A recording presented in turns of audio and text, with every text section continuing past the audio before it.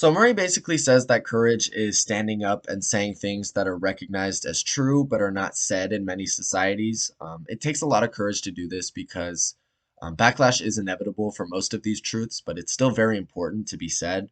Murray says that one of the self-appointed roles of a writer should be to identify the things now that our successors will recognize to be insane and try to stop doing them early. So 100 years from now, people will look back and think that certain things we're doing are crazy, and we need to figure that out and cut those out early. So, the thesis of the book, as summarized by Anderson, he says that the book basically states that we're living through a postmodernist era. The grand meta narratives of the past have been mostly discarded, and we've moved away from the Judeo Christian basis of Western culture, as well as many political philosophies have been discarded and broken down. Douglas is saying we're trying to build a new metaphysics on an unsustainable basis. One thing he says is that we are asked to agree to things that we cannot believe, and that kind of exemplifies why it's an unsustainable basis. The new foundation of morality, Murray states that the new foundation of morality is that in order to be seen as a good person in society, you need to stress that you're anti racist, you need to stress feminist credentials, you need to talk about the LGBTQ, and other things you need to stress in order to show you're a good person. These in the end are they're becoming load bearing walls for two reasons. The first one is that these new bases have intense friction with each other. So, for example, trans and women or trans and gay, there's just intense friction. The second, all these things are they're a lot more unstable than we're willing to admit. So we really just don't know enough about these things. So, for example, we're expected to believe that women are the same as men as well as magically better. Murray states that it's unstable and it relies on us pretending we know about things that we don't know about, as well as pretending to not know about things that we knew about until yesterday.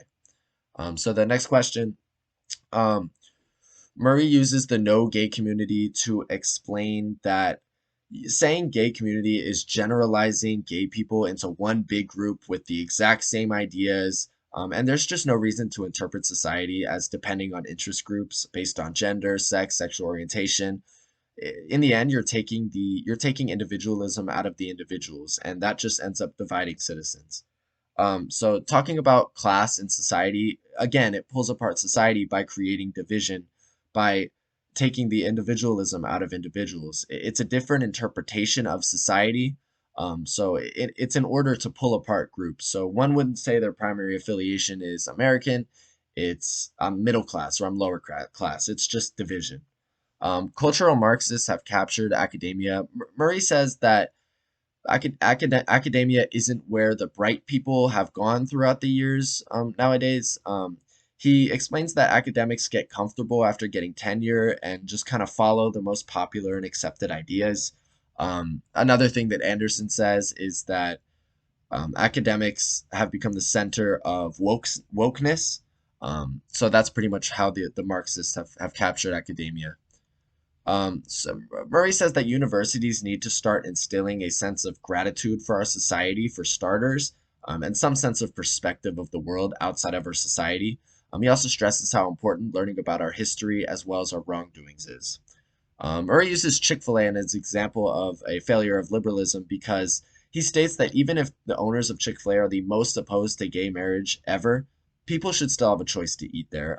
He states that the instinct nowadays is that Chick-fil-A needs to be destroyed and nobody should eat there. That's just a perfect example of the failure of liberalism in any interpretation. He says attacking this organization is lazy because there's a dozen countries where being gay is an executable offense. He asks the question, why not start there? Not eating at an organization is very easy and lazy. A hard choice would be doing something in countries where you can be stoned for being gay, but many turn their backs. Um, Murray says that forgiveness is more important than power. He says that societies have become fixated on power as the primary dynamic of human society.